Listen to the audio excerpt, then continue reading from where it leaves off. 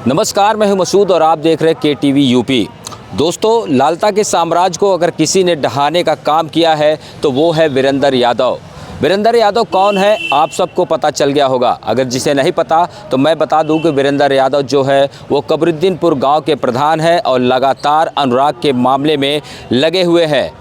दरअसल आज हमारी उनसे फिर से एक बार मुलाकात हुई क्योंकि वो तारीख पर आए हुए थे और जो अगली तारीख पड़ गई है वो अभी वीरेंद्र यादव जी बताएंगे क्योंकि तारीख देखने आए थे। लगातार इस पूरी कार्रवाई को ये देख रहे हैं। अनुराग के जो पिता है वो तारीख पर नहीं आ रहे, लेकिन प्रधान जी जो है वो शुरू से लगे हुए हैं। जिस दिन से घटना घटी है उस दिन से इन्होंने उस घर के परिवार को इंसाफ दिलाने के लिए लगे हुए हैं। वीरेंद्र जी हमारे साथ मौजूद हैं, हम इनसे बात करेंगे कि सर आज क्या कुछ हुआ है तारीख में। देखिए भैया, 3 फरवरी को डेट मिल गया है। क्योंकि देखिए 29 को था, फिर आज डेट मिल गया था 29 वाला, फिर 3 तारीख को मिल गया है। बार बार सिर्फ डेट ही मिल रहा है।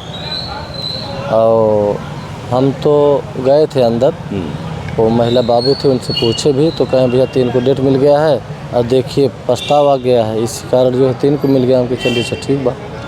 कितनी तारीख पड़ गई, करीब 3 महीना हो गया क्योंकि 30 अक्टूबर को उसकी हत्या थी और आज फिर से 30 जनवरी है।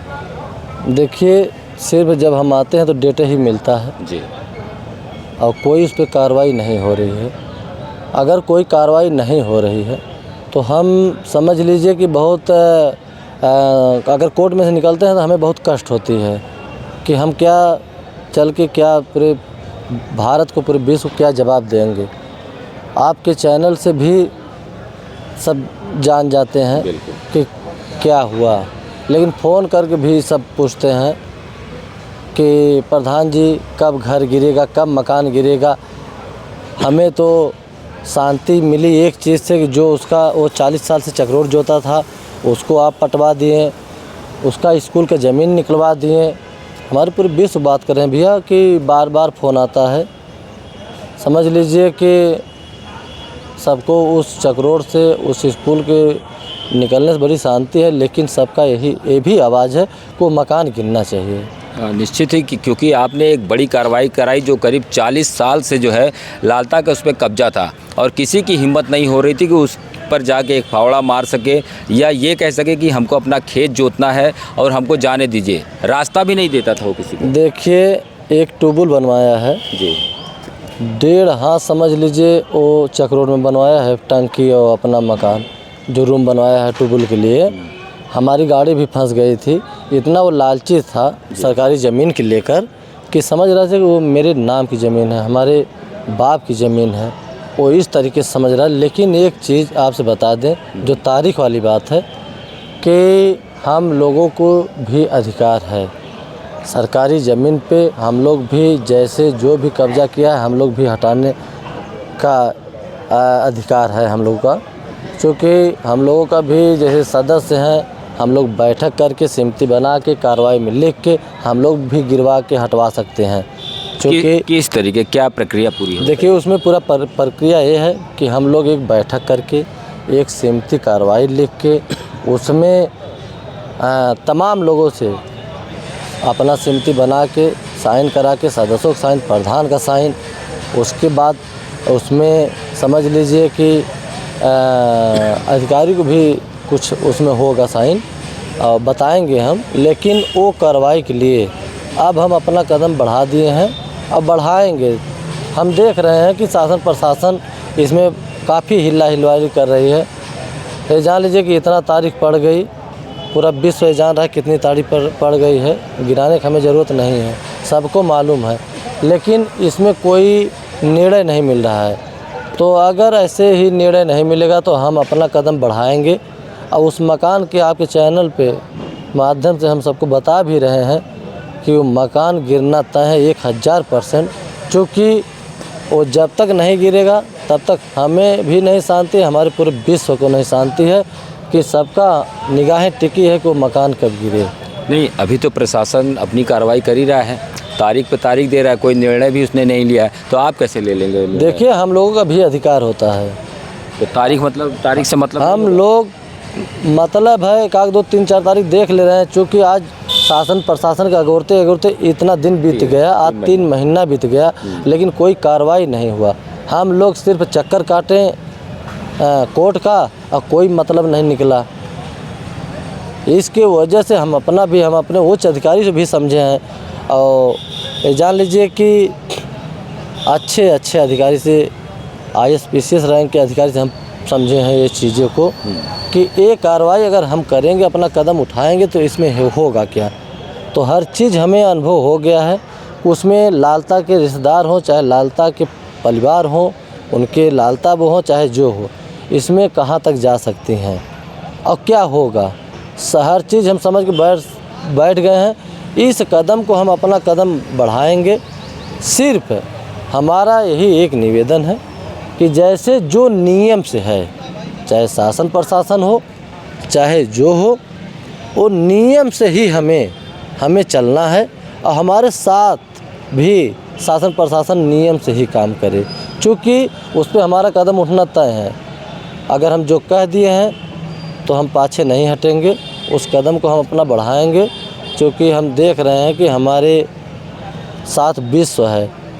हर विश्व की बात यही हमें फ़ोन आता तो यही उठता है, भैया उसको घर कब गिरेगा।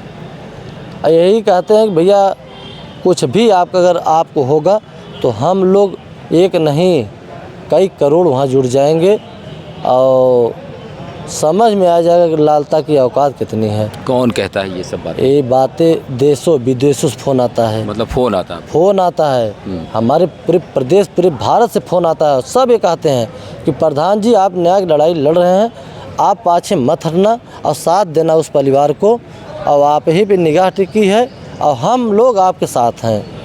तो हमें भी उत्साह होती है कि हमारे अगर विश्व साथ है तो हम पाछे हटने वाले हैं नहीं, आगे कदम बढ़ाएं तो बढ़ाते रहेंगे। बिल्कुल, हम लोग भी शुरू से ही देखते चले आ रहे हैं, क्योंकि आप उस परिवार को इंसाफ दिलाने के लिए शुरू से लगे हुए हैं। कहीं ना कहीं आपके ऊपर कई आरोप भी लगते चले आ रहे हैं, उसमें क्या कहेंगे आप? देखिए, आरोप फर्जी, किसी ने आपके ऊपर चोरी का आरोप लगा दिया। देखिए ऐसा है ना कि जैसे ग्लोबल भारत हो गए, निकाले थे हमारे खिलाफ, चोरी के भी लगा सकते हैं, कुछ भी लगा सकते हैं। क्यों कि प्रधान इस मामले से हट जाए, दूरी बना लें, लेकिन उनको ये समझ में नहीं है कि हम अगर सच्चाई पे कदम रखे हैं तो हमारे ऊपर कुछ भी हो जाए तो हम अपना कदम पाछे हटाने वाले हैं नहीं।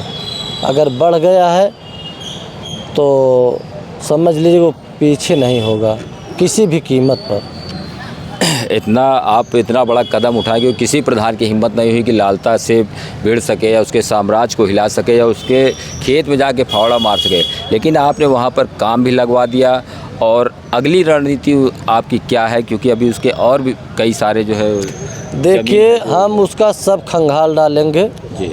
अभी एक उसकी चक और है, वहाँ भी खेत जोता अथवा चक्रोट जोता है, उसको भी हम पटवाने का काम करेंगे। उसका मकान भी जितना अगर ध्वस्त न करा दे तो आपके चैनल पे कह रहे हैं कि उसका मकान भी ध्वस्त होगा। बस यही है कि शासन प्रशासन जो नियम से है हमारे साथ वही व्यवहार करे, चूँकि ऐसा है कि हम ये चाहेंगे जो भी कोर्ट में करना हो वो करेंगी तो हम उससे लड़ाई लड़ लेंगे। हमें इतनी है उसलिए कि हम उसके लिए हर चीज़ समझ चुके हैं। अब मकान गिरना तय है, अपना कार्रवाई हम करेंगे अपने स्तर से। अब हम देखेंगे इसको।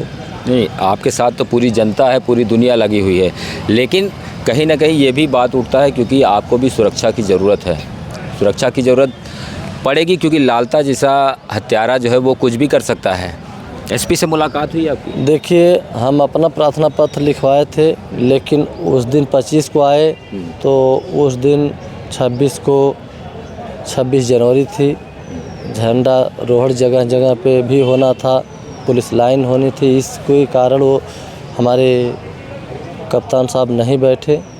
उसके बाद अब 27 को हम काम ही चालू कर दिए थे, 2 दिन उधर बच गए थे। उसके बाद समझ लीजिए कि एक घटना हो गई है जो महाकुंभ में जी। उसी कारण जो है कप्तान साहब बहुत बिजी चल रहे हैं, क्योंकि जो यात्री लोग आ रहे हैं तो जगह जगह सबका जो है खाना पीना हर चीज़ व्यवस्था में लगे हुए हैं कि जनता बहुत पूरे भारत की झोंकी है वहाँ पे। तो इसी कारण वो बैठ नहीं पाए, इसी कारण हमारी मुलाकात भी नहीं हम कर पाए हैं। लेकिन जब ये मामला महाकुंभ वाला शांत हो जा रहा है तो अगर बैठेंगे तो हम उनसे अपना प्रार्थना पत्र देंगे, क्योंकि वो बैठे नहीं इसी कारण हम नहीं दे पाए। और हमें बहुत ज़रूरी है सुरक्षा की, क्योंकि हम भी असुरक्षित समझ में आते हैं कि हमारे ऊपर कहीं भी घटना घट सकती है। अगर हमें सुरक्षा मिल जाएगी तो हमें भी सुरक्षित हो जाएंगे। ये चीज़ें हम बार बार कहते आ रहे हैं, क्योंकि मन और दिल में बराबर ये रहता है कि हम सुरक्षित नहीं हैं। अगर हमें कप्तान साहब को अगर हम अपना प्रार्थना पत्र देंगे तो निर्णय भी उचित निर्णय लेंगे हमारे साथ। अगर हमें सुरक्षा मिल जाएगी तो हम सुरक्षित हो जाएंगे। बिल्कुल, क्योंकि अब जनता जो है वो कहीं ना कहीं आप पर सबसे ज़्यादा भरोसा आप पर कर रही, प्रशासन पे उतना नहीं कर रही, क्योंकि 3 महीने से जनता जो है वो प्रशासन के बुलडोजर चलवाने का इंतज़ार कर रही है। लेकिन अब आपने एक बार फिर से बीड़ा उठाया कि चाहे प्रशासन करे या ना करे, हम ज़रूर करेंगे उस काम को। देखिए, हम जो कहते हैं उसको करेंगे, क्योंकि हमारे ऊपर कुछ भी हो जाए, चाहे इस धरती पे हम जिंदा रहें या न रहें, अगर हम जिंदा हैं, अगर कह दिए हैं तो उसको करना तय है। नहीं, हमारे पूरे क्षेत्र में अगर पूछ लीजिए, अगर हम कहे हैं तो करेंगे। देखिए, हम चुनाव लड़े रहे थे, जो भी हम अपने ग्राम सभा में वादा किए थे उसको हम पूर्ण किए हैं। किसी कोने से आप पूछ लीजिए।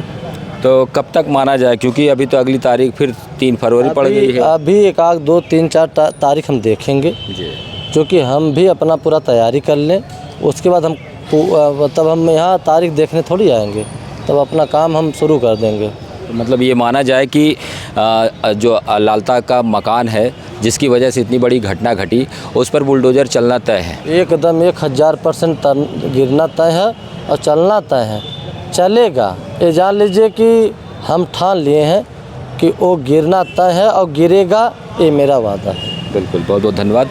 ये थे हमारे साथ कमरुद्दीनपुर गांव के प्रधान वीरेंद्र यादव, जिन्होंने बताया कि तारीख पर तारीख देखते देखते 3 महीना बीत गया, लेकिन इंसाफ के नाम पे अभी तक अनुराग के परिवार को कुछ भी नहीं मिला।